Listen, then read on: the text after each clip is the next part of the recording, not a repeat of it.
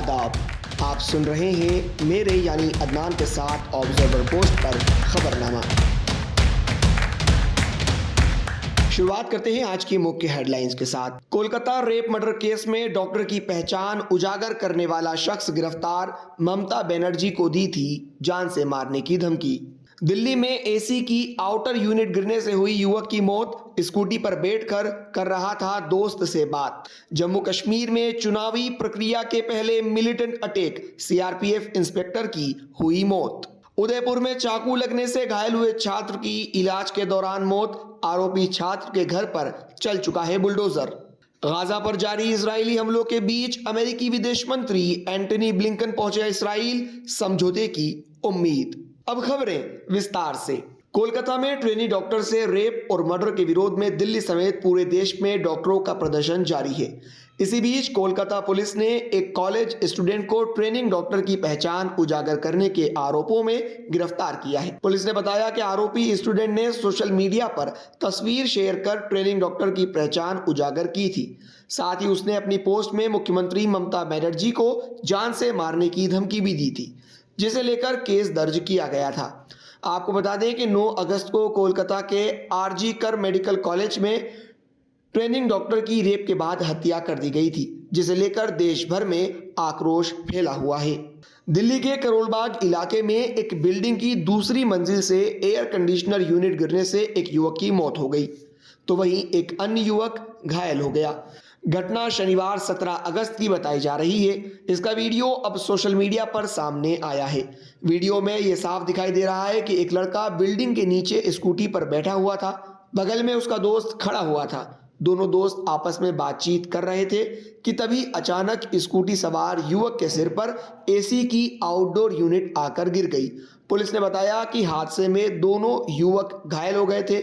उन्हें नजदीकी अस्पताल ले जाया गया, जहां स्कूटी सवार युवक की मौत हो गई, वहीं उसके दोस्त को चोट लगी। जम्मू कश्मीर के उधमपुर में सोमवार को मिलिटेंट द्वारा की गई फायरिंग में सीआरपीएफ इंस्पेक्टर की मौत हो गई। सीआरपीएफ और जम्मू कश्मीर पुलिस की जॉइंट ऑपरेशन टीम रामनगर के इलाके में रूटीन पेट्रोलिंग कर रही थी कि इसी दौरान मिलिटेंट ने गोलीबारी शुरू कर दी। इस हमले में सीआरपीएफ इंस्पेक्टर कुलदीप की मौत हो गई।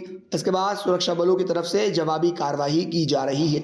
जम्मू कश्मीर में चुनावी प्रक्रिया 20 अगस्त से शुरू होने वाली है। उसके ठीक एक दिन पहले ये अटैक हुआ है। आपको बता दें कि राज्य की 90 विधानसभा सीटों पर 18 सितंबर, 25 सितंबर और 1 अक्टूबर को 3 फेजेस में वोटिंग होगी।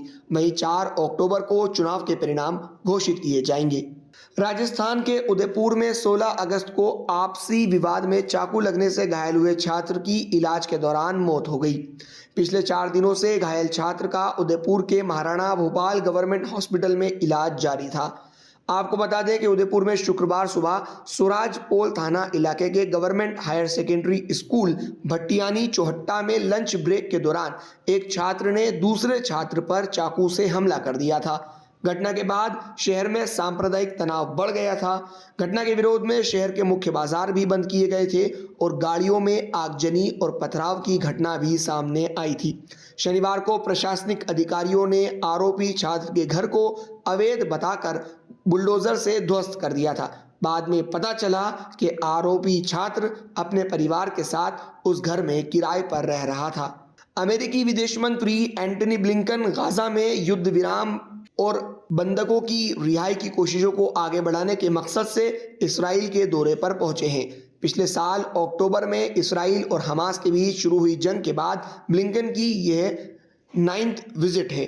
ब्लिंकन की यात्रा से कुछ दिन पहले ही अमेरिका ने इसराइल और हमास के बीच शांति स्थापित करने के लिए नए संशोधित प्रस्ताव पेश किया था। पिछले हफ्ते कतर की राजधानी दोहा में शांति की कोशिशों के लिए की गई बातचीत के दौरान अमेरिका ने ऐसे संकेत दिए थे कि युद्ध विराम के समझौते पर बात बन सकती है। हालांकि हमास ने युद्ध विराम से जुड़ी कोशिशों को छलावा बताया था। हमास इस्राएली सेना के पूरी तरह गाजा पट्टी छोड़ने की मांग कर रहा है।